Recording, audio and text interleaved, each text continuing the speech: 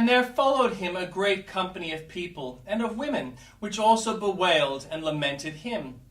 Amid the rout which hounded the Redeemer to his doom, there were some gracious souls whose bitter anguish sought vent in wailing and lamentations, fit music to accompany that march of woe.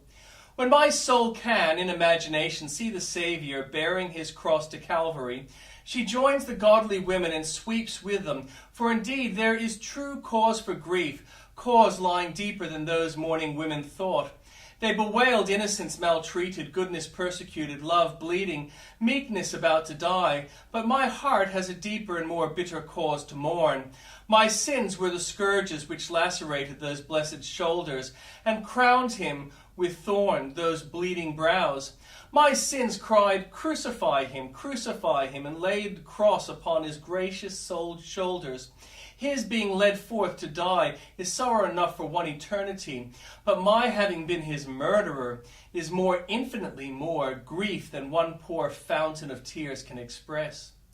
Why those women loved and wept it were not hard to guess, but they could not have had greater reasons for love and grief than my heart has. Nain's widow saw her son restored, but I myself have been raised to newness of life. Peter's wife's mother was cured of the fever, but I of the greater plague of sin. Out of Magdalene 7 devils were cast, but a whole legion out of me. Mary and Martha were favored with visits, but he dwells with me.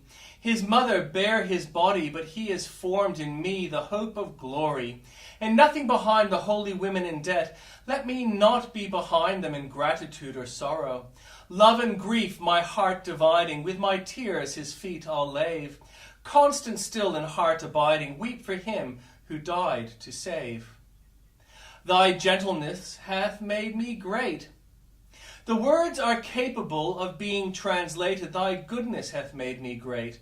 David gratefully ascribed all his greatness not to his own goodness, but the goodness of God. Thy providence is another reading, and providence is nothing more than the goodness in action. Goodness is the bud of which providence is the flower, or goodness is the seed of which providence is the harvest. Some render it thy help, which is but another word for providence, providence being the firm ally of the saints, aiding them in the service of their Lord.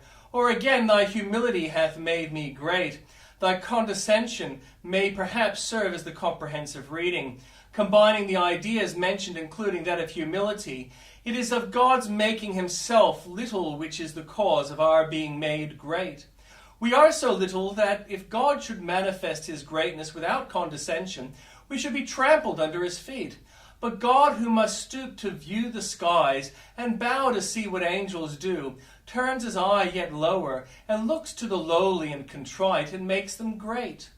There are yet other readings, as for instance the Septuagint, which reads, Thy discipline, thy fatherly correction, hath made me great, while the Chaldee paraphrase reads, Thy word hath increased me. Still the idea is the same. David ascribes all his own greatness to the condescending goodness of his Father in heaven.